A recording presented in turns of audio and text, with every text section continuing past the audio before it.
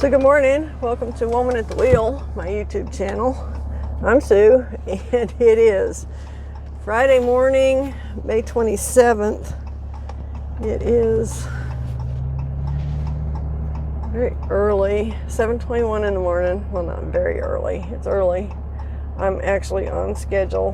What I want to do, I just finished my pre-trip inspection. Looked everything over real good. I'm going to try and get out of here.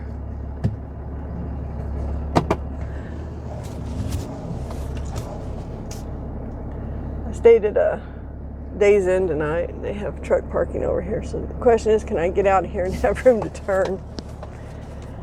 Their truck parking's a little iffy. It's not as big as you would think it is for truck parking. This is a skinny little road, so I just got to make sure. And it's really rough. Really rough. Make sure when my wheels cross that edge of that concrete that I don't rip anything apart. So I'm going to just ease it on out of here.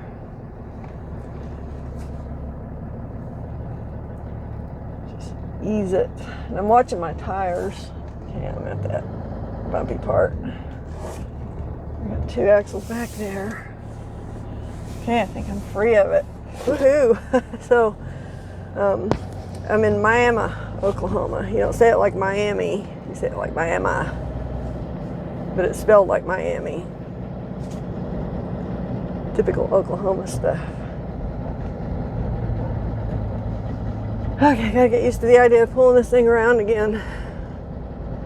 Feels a little weird back there. It always does when I first start out in the mornings. And like when I first pull out of the yard with a load on. I'm going to wait for a good clear spot because I need to go clear out to that middle lane to get around out of here.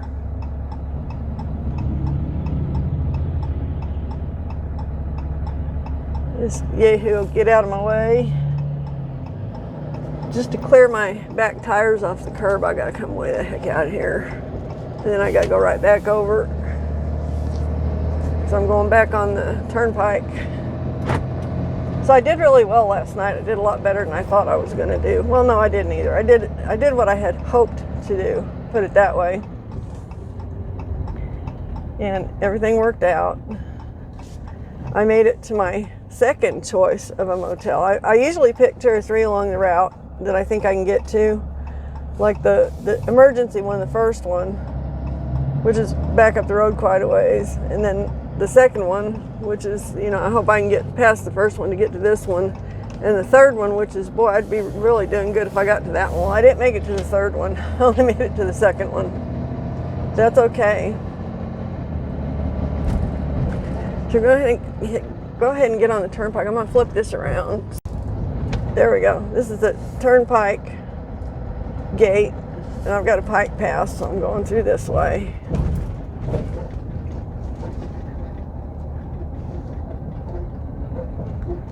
Good. So I don't have a low balancer, it would have told me. Didn't say anything last night. The one on the other side wasn't working. Didn't flash at me. So good. I still got money in my turnpike account, which is a good thing. Okay, I want west to Tulsa.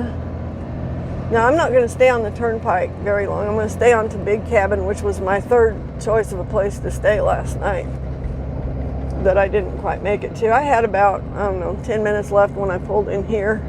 I decided not to push it. I was happy to get this far. It was a long day.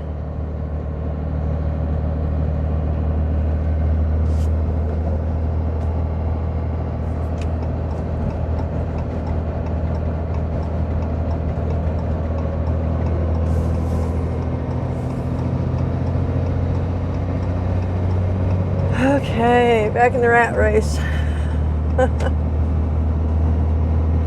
So I'm getting about 8 miles to the gallon. All the way across Missouri, I got about 9 miles to the gallon with this load.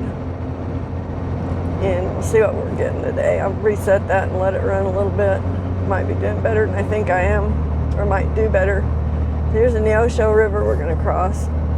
My grandmother was born and raised in Neosho, Missouri. And I didn't realize there was a Neosho River until just recently. It just wasn't on my radar.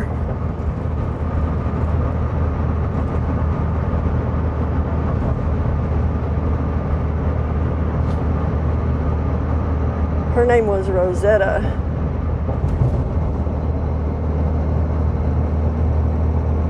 She lived to be almost 100. She dang near got there. I asked her once, how long would you like to live, Grandma? I was a kid. She said, as long as I know who and what I am. And that's pretty much what she did. She knew who and what she was till like last week. So she accomplished her goal.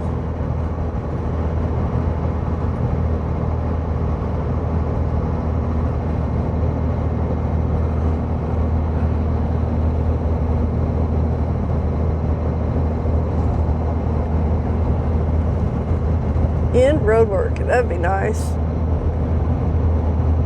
I got some rough road ahead of me. I got to go down Highway 69, 75, all the way to Dallas, and there are places on it, like by Muskogee, where it's really super rough. So I'm just gonna have to grin and bear it. I've been hitting a lot of rough road on this trip, a lot. Definitely my share, but I'll get through it. I whine a lot about it, but you know, doesn't change it, doesn't smooth it out. So I'm still watching my straps.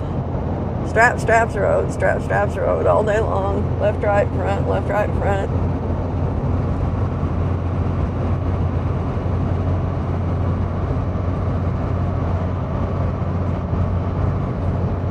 I made myself a big pot of coffee this morning, so I've got a thermos and a cup. I'm going to put all my supplements in my coffee that I've been taking for the last week and a half. And for some reason, they're keeping my blood pressure down. Still. I tested it this morning. I test it morning and night. It's been really good all week, and I haven't had to really take my blood pressure medicine. Now, don't think I'm doing this against the advice of my doctor. She was concerned that the medicine was pushing it too low, so she said, you know, cut back on it or skip a day or whatever if it gets low. But I've always had normally low blood pressure, so I wasn't too worried about it. I don't feel weird or anything. I mean, I can get down to 100 over 65 and I feel just fine, I feel normal. Lower than that, I might worry a little bit.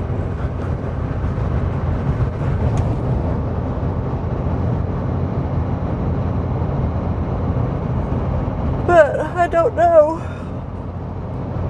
Well, I guess I do know because I was doing I've done intermittent fasting off and on for the past couple of years.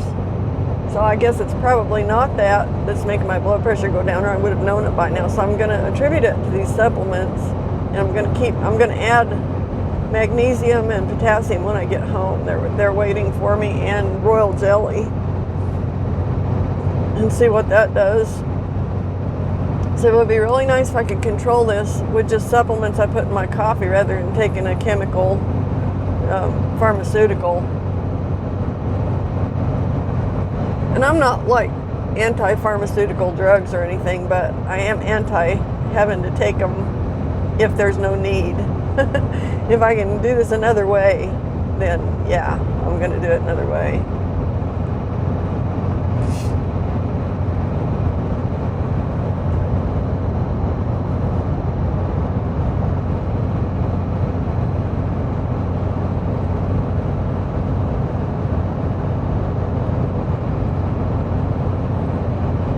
Oklahoma in the morning. That's where we're at. We're just southwest of Miami, Oklahoma, on I-44, the turnpike. Also, I think this is a Turner Turnpike on this side. It's all part of the same turnpike system, I guess. You know, they're all Oklahoma turnpikes. On this side of the state, you got the Turner Turnpike, you got the Muskogee Turnpike, I think is what the one's called, that goes from Muskogee over to Tulsa. And I've only been on it once. And then you've got the Indian Nations Turnpike, which goes from Henrietta down to Hugo, Oklahoma. Then you've got the H.E. Bailey Turnpike, which goes from Oklahoma City down to Wichita Falls, down to the southern border at Wichita Falls. And I think the Turner Turnpike runs from up here on the Missouri border down through Tulsa to Oklahoma City. And then they've got another turnpike, I think it's called the Cherokee Nation Turnpike or the Cherokee Turnpike. And it runs along Highway 412, which runs across the northern tier of the state. Runs clear across the state, but the turnpike doesn't. The turnpike just goes part of it, which I've only been on it once too.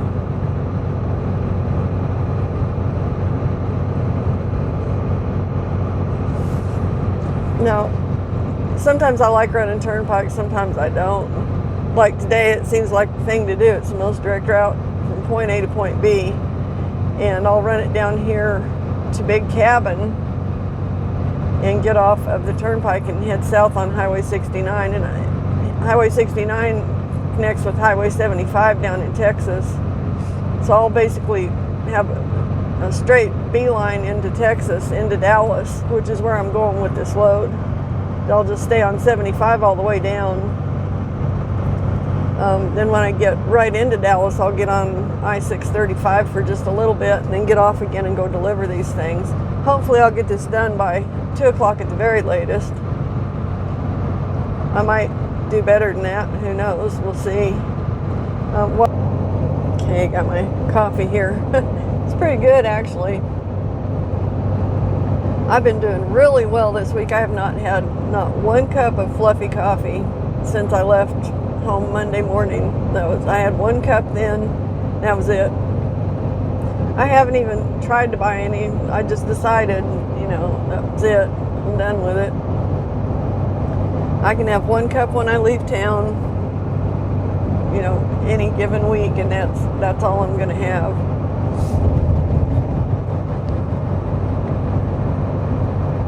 And I don't have to do that. It's only if I just get the end to do it.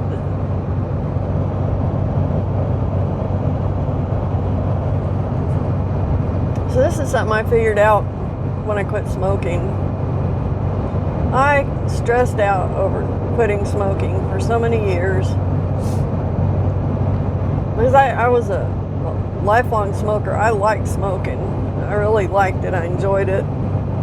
I didn't realize how bad it made me smell. I had no idea how nasty it really is.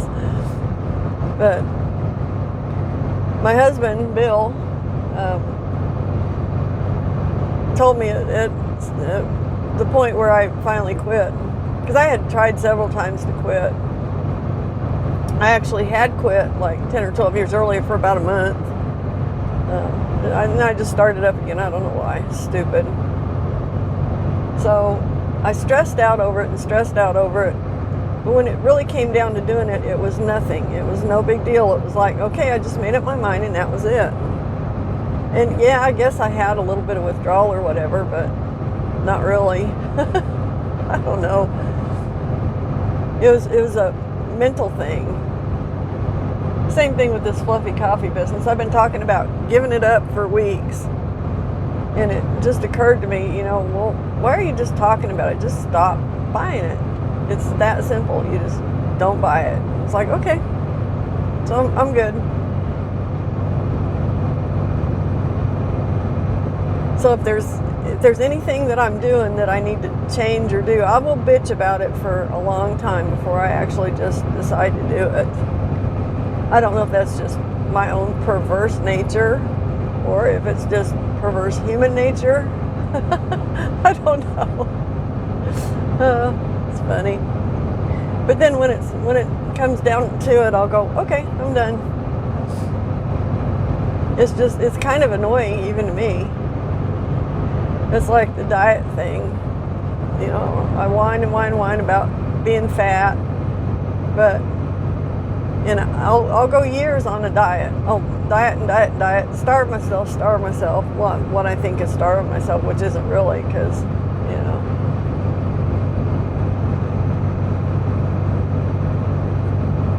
So that's kind of where I'm at with that now, with the whole diet and losing weight thing. I'm just kind of like, well, just quit worrying about it, for one thing. I don't think worrying about it helps any. It's not like you can worry that fat off. I've tried and it doesn't work. I'm a perpetual worrier about stuff like that. I guarantee you it does not burn fat. So at some point I just decided, and it just here real recently, I decided, you know, I'm getting old. There's nothing I can do to stop the aging process. And part of the aging process is your body composition changes. It's annoying, it's frustrating, but it's how it is. I can't change that with, you know, by losing 20 pounds. That's not going to make a difference about that. You know, I'm turning into an old lady. I hate the idea, but I hate the alternative worse. So I'd rather stay alive and be an old lady than, you know, leave a good-looking corpse. And I can tell you it's way too late to worry about that. So I'm not interested in leaving a good-looking corpse. Couldn't if I tried. So it's time to just kind of, I think, embrace this and go, you know what? I'm just being normal for my age. And quit beating myself up over it. Like, oh, you should look better. You should look younger. You should do this, do that. Well, you know what? I can't. This is what I got. My shell is 63 years old. And it's not going to get any younger. It's not going to get any better looking. And I better just quit worrying about it and fretting over it and enjoy what functionality I've got, which I'm, you know, pretty much functional, more or less. I mean, I'm not like I was when I was 40, but still, I still manage to do quite a bit, and I get along okay, and I can still work and stuff, so I should probably be thankful and grateful for that instead of being pissed off because I'm not 40 anymore. Well, I'm never going to be 40 again, so, you know.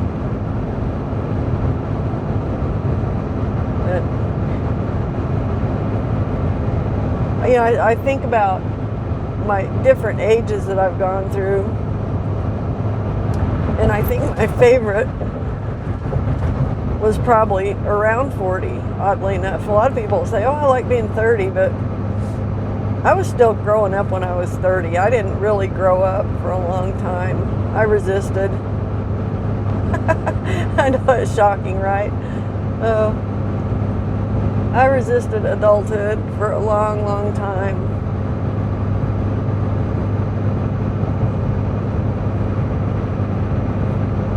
I still resist it at times. Have my moments. What is it they say now? Adulting is hard. Oh, no kidding. Why would you ever think it was going to be anything else?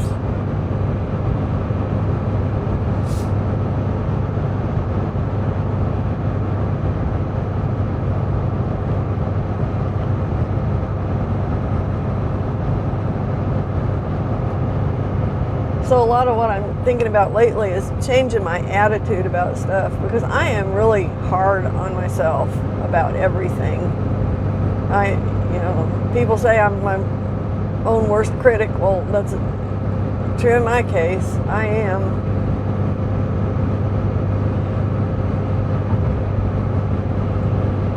So I decided maybe instead of beating myself up over stuff, like, I mean, I still beat myself up over stuff that I did maybe 30 or 40 years ago that, you know, maybe wasn't very nice or whatever. And yeah, I've gone back and, you know, when I've done things to people that were kind of mean, I've gone back and apologized you know, when and where I think it was a good thing to do. But I still beat myself up over being mean in the first place. So I finally decided maybe it's just time to look at it a different way instead of constantly looking at all the stuff I did wrong. You know, because I mean, I beat myself up over everything. Anything I can think of that I did wrong. It's like, oh, great, Sue, come on, think of something else you did wrong so you can dwell on that and feel bad about that. So at some point you just get like, well, I got to stop this crap. I've got to just, you know, stop being so mean to me. You know, I feel bad for being mean to anybody else, but here I am being mean to me. So I decided maybe what I need to do is start looking at it from a different point of view. Like, okay, so I did mean things or I did bad things when I was younger. Everybody does things they regret, which, you know, I did a lot of stuff I regret.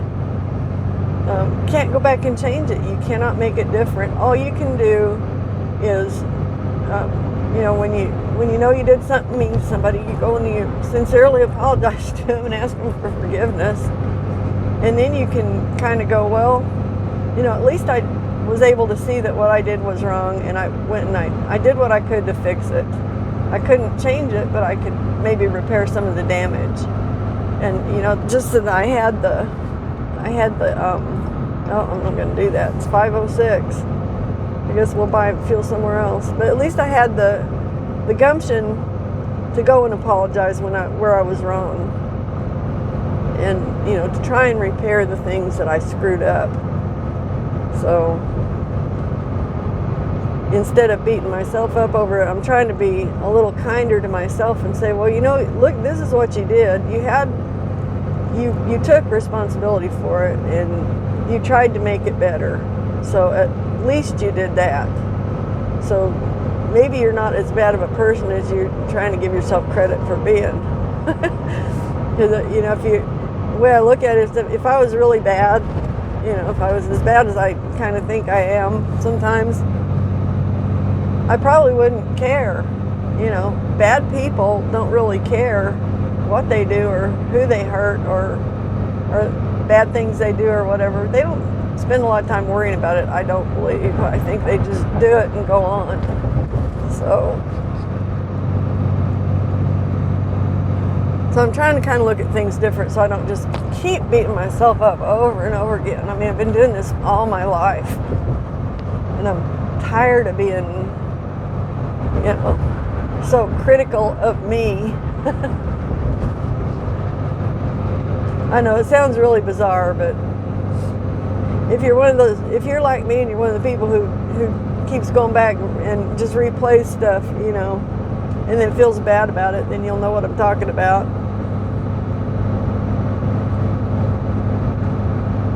It's my theory. The reason we do that is because it's something we'd like to erase or change. You know, we wish we hadn't done it,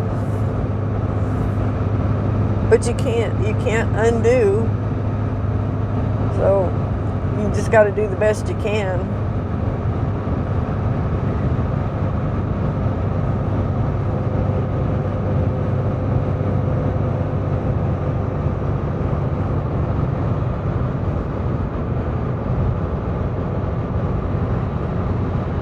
Going through another toll gate.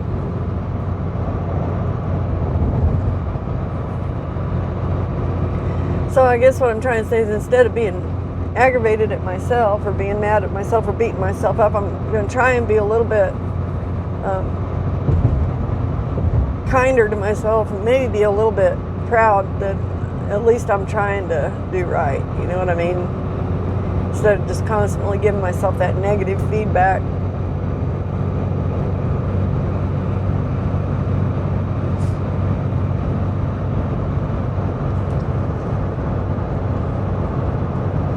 So I think how you talk to yourself does matter quite a bit, probably. I mean, I wouldn't talk to anybody the way I talk to myself sometimes. I just wouldn't do it. So, you know, maybe I should talk to myself like I would talk to somebody else. be at least that much gentler with myself.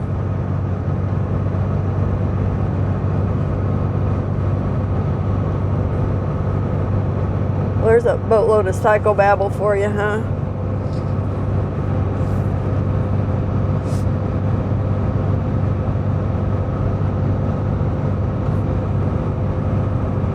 Well, I don't know if it's psychobabble because I've never been psychoanalyzed. So I don't know. I don't know what psychobabble would be.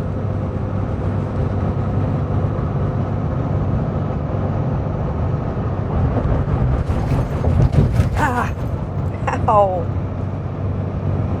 Man, these roads.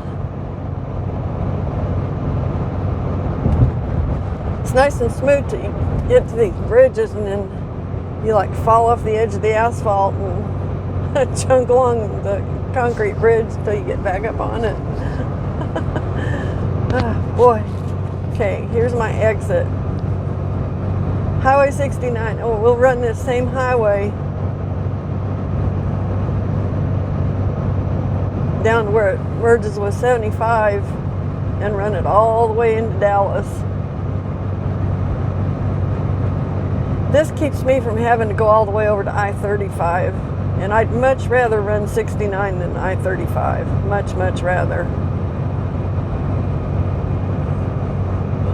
Even though some parts of it are really rough, as we're about to find out.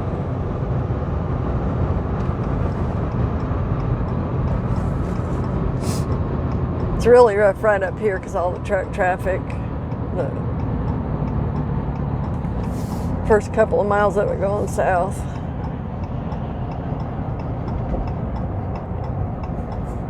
Pike Pass, right lane only. Okay. Slow toll gate. Okay. Stop ahead, pay toll. Well, I don't really stop because I got a Pike Pass, so it's not quite accurate. Pike Pass, right lane only. You got a Pike Pass, like most places, you don't have to stop. You just, whatever they say the speed limit is in there is what you got to do. 489, look at that. That's where I need, oh, 494. Oh, they got that fake bullshit. Fake prices. That's annoying. I hate it when they do that. Oh, 489. Oh, wait a minute. No, it's really 494. Which is still less than I've been paying. But diesel cash, 489. I still don't know how you get the cash price unless you just walk in there with a wad of cash. Who does that? So you really, evidently, if you're buying with a card, you don't get the cash price, even if it's a debit card. One of my big beefs with kind of false advertising, I think.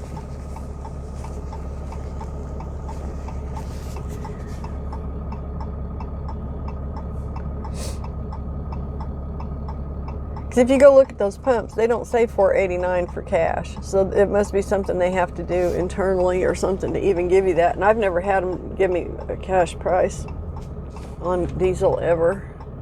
So. Alrighty. Well, I guess we'll buy fuel somewhere else. I still got 217 miles before I have to worry too much about it. Well, 200 anyway, before I run out. I don't want to get that low. Somewhere in the next 100 miles, I'll buy fuel. How's that?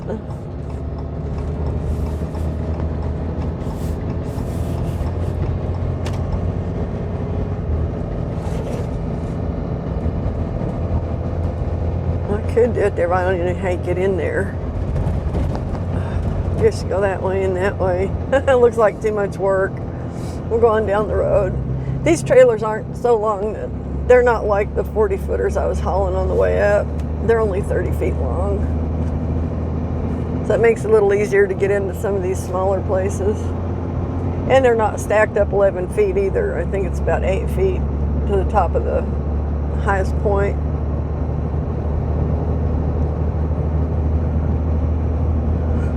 Whew.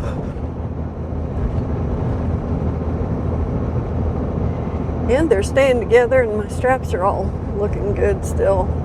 This is great. I'm getting better at strapping these loads together. I'm really kind of pleased with myself that I'm capable of learning. Ouch. even at my advanced age.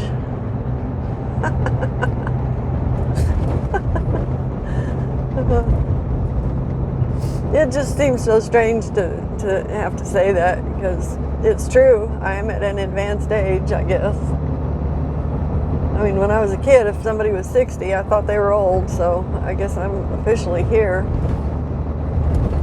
But I don't feel inside, I don't feel anything different than I always have.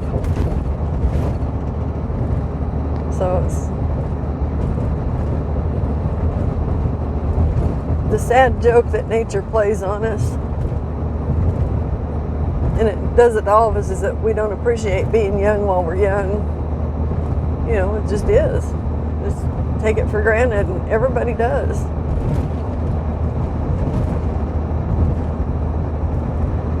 As the wise man once said, youth is wasted on the young. And boy, is that true.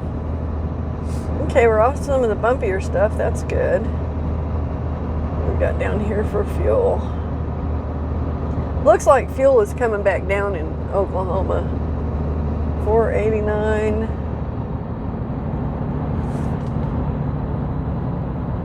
Can I get in here? I don't know.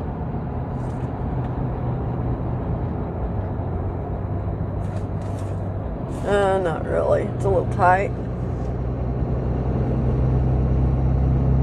A little tight for this length of trailers. Gotta have a little more room than that.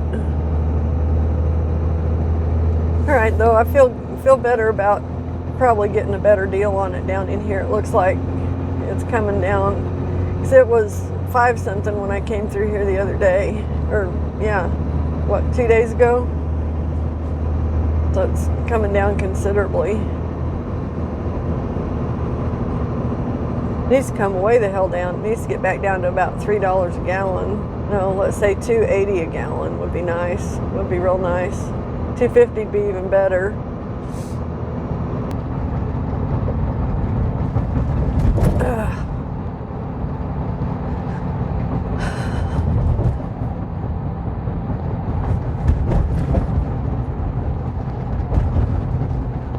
Gosh, dodge that one. Okay, I'm getting out of this tore up lane. This is what happens when concrete roads get destroyed by too much truck traffic and they're not maintained, I guess. Look at this, that's pretty bad. Pretty rough. Boy. That was a rough ride so far. Maybe it'll smooth out down here once we get past Muskogee. That guy's hauling sheep. Freshly sheared sheep, too. Or recently, anyway.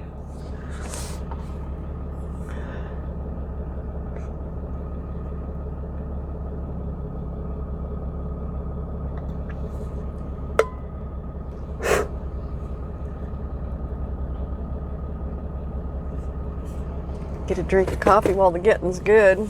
Can't drink it while I'm moving. It's too rough, but this guy's got all smushed cars on there. Bunch of mashed cars. Glad he's got net on there. You imagine all the crap that would be falling off of those things. Look how flat they are.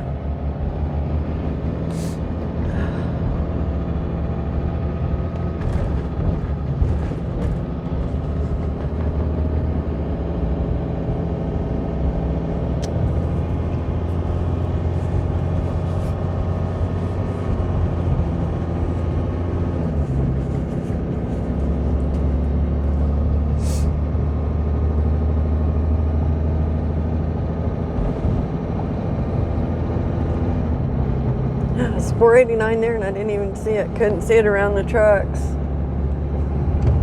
Oh well.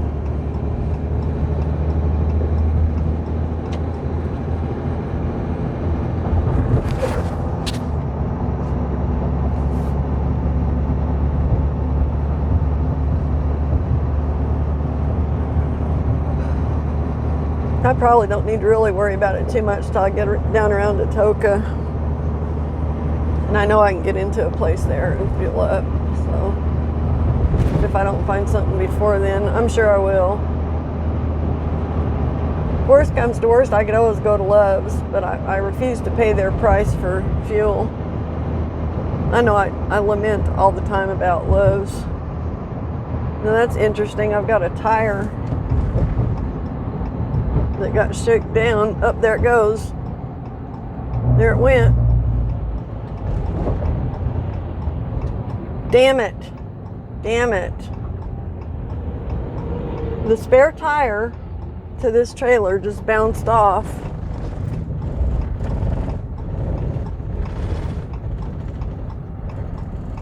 I'm just trying to figure out where it went.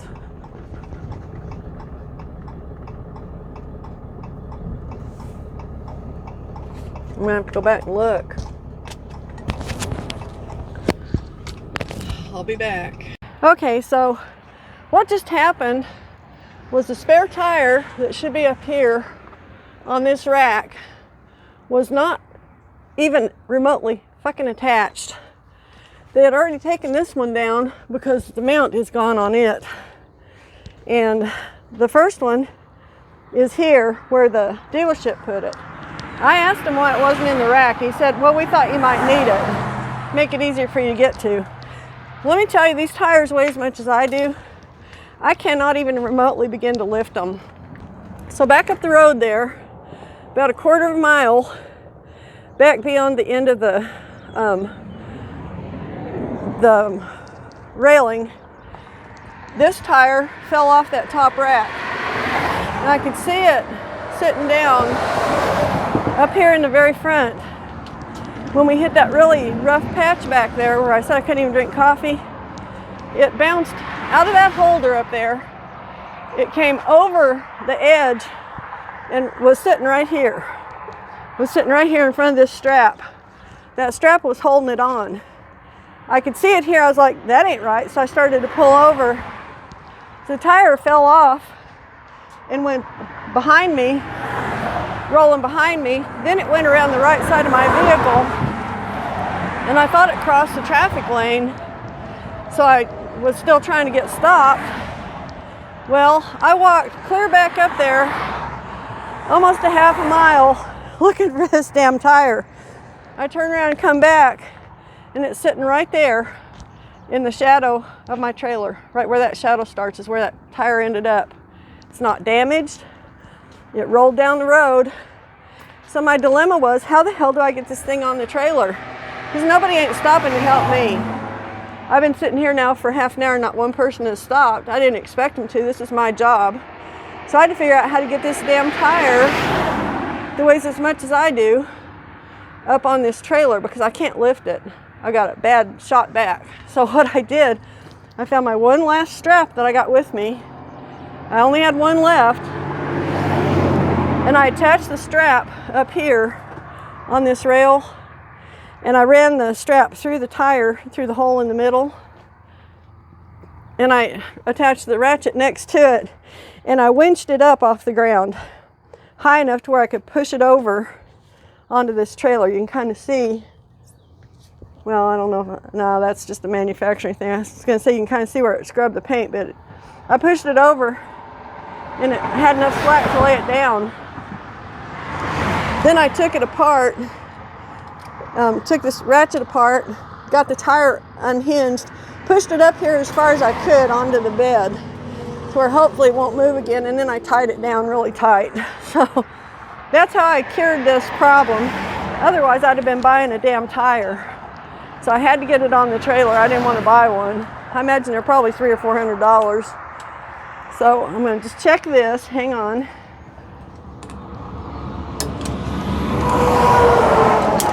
Okay, it's still good and tight. So that's what I got. I got a tire tuck back in there. Got one here. At least they won't be falling out these unsecured tire mounts. And I'm going to try and get back in here without getting run over. Make sure I locked my toolboxes. I'm pretty sure I did. I need to check because I was in both of them. Okay, it's locked. Didn't leave anything sitting on the trailer. Same thing there, everything's good. Make sure my connections are still good. Everything looks all right. Okay. So, here we go. Oh my God. It's always something, I swear. But I just put something again to myself, which I was kind of talking about this earlier, about giving yourself credit. So I just turned it off. I'm going to have to patch these together. I was just talking about giving yourself credit. I'm taking credit for that because I did that all by myself and I didn't think I could. I sat there for about 5 minutes trying various ways to lift that tire to get it on the back of the trailer. And it wasn't obviously working because I don't have enough muscle to lift a tire that heavy. Now, whether it actually weighs as much as I do, I don't know, but it weighs more than what I can lift, way more. I could actually lift it off the ground about a foot, but then I was stuck. I couldn't go anywhere with it. I didn't have any leverage. So now I got to fix my log.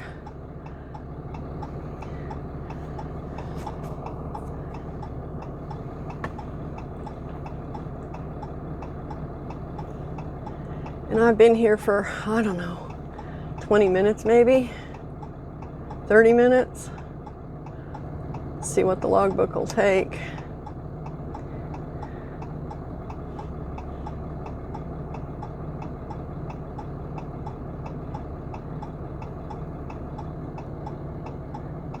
Okay.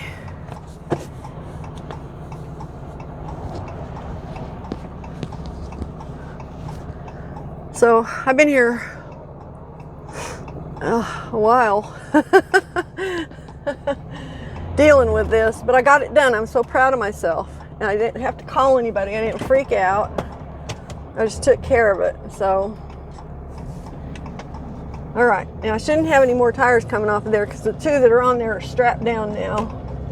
I wish I'd known. I'm going to have to start checking that. See, this is things you learn every day. I've never had this happen before. But the guy at Big Tex was just telling me about some guy having the same thing happen. And he, the tire went and he couldn't even find it. Which, I was starting to worry. I didn't think I was going to find it. I walked up and down that highway for a good 10 minutes, looking both sides, down the median, on the side, and I come back and it's right behind the damn trailer. If I'd have turned around and looked, when I got to the back of the trailer, I could have saved myself a lot of hiking, but I got some exercise. Man, did I ever get some exercise. So I'm a little bruised up. I dropped the tire on my arm a little bit. Trying to pick it up. Kind of bruised it up a little. Didn't break anything though, so I'm all right. But I'm so happy I can see the tire in my mirror on the right side, so I can see what that damn thing's doing now. I don't believe it's going to go anywhere else because I've got it strapped down hard. And although it's not sitting in the middle of the trailer, loads when you put them on a trailer tend to walk toward the center, but it's rubber and it's sitting on wood, and I couldn't hardly push it once it got up on the wood. I had it on it's a good thing I did all this back there where I did it because it was on the metal dovetail. So it would slide, but once it got on that wood, I could only get it halfway on there and it quit sliding. I couldn't even push the damn thing, it's so heavy. So I think we're good. I'll just keep an eye on things. And man, oh man. But I'm just, I don't sound like I'm crowing because I don't feel that way. I just feel relieved that I was able to take care of the situation and get it resolved and not have to buy a damn tire because those things are expensive. So,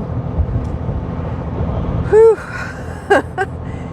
That's not the first time that a ratchet strap has got me out of a bind that I couldn't figure out how to get out of. They are extremely useful tools. If you think about it, it's the same as a block and pulley, really. So if you got something you need to lift and you've got something to hook onto, then it'll work the same way. The one thing I would have done differently is I would have choked up on it more to start it so I didn't have the bale so full when I got the trailer up onto the tire, or the tire up onto the trailer. Then I had to fight to get it unhooked. But I finally did. I got it all unwound. So then I could use that strap to strap it on the back of the trailer, because that was the last strap I had. That was it. I had to put one out of commission. So, but man. Okay. Woo. All right, that set me back about a half an hour. That's all right. My whole goal today was to get there and deliver this stuff by 2 o'clock, because it's Friday afternoon, Memorial Day, and I'll swear to God, if they're not there when I get there, I'm going to be like backing these trailers through the fence and putting them on their lot anyway, after all this. So, just kidding. I wouldn't actually do that. Might feel like it.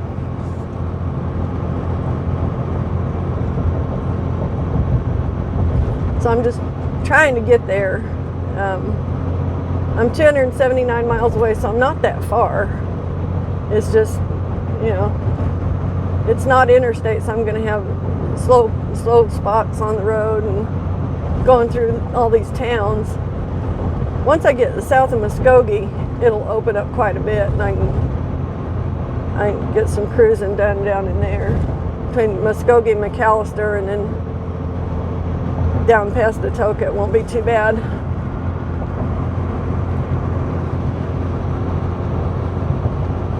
I'm just so relieved.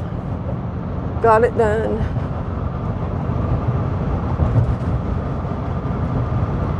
You can bet I'm watching that thing back there too. I'm like, don't you move. You move, I'm coming back there. Don't make me come back there again.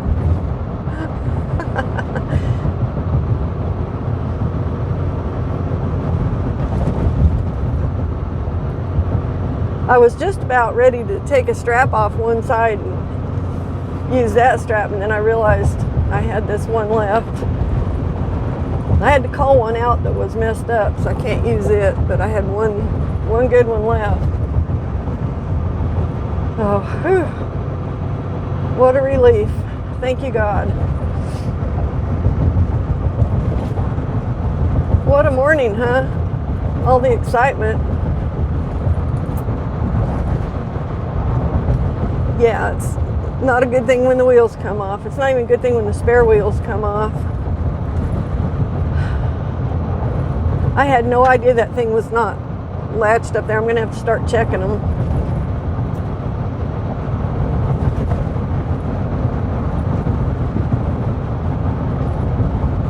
If nothing else, I'm going to have to start carrying extra straps just to put over the spare tire up on the gooseneck. Ah, damn, these roads are rough. See, I'm not just making shit up. These roads are so rough it threw the tire off the top of the tire rack. So there you have it. That's how rough it is. So I'm not just crybabying.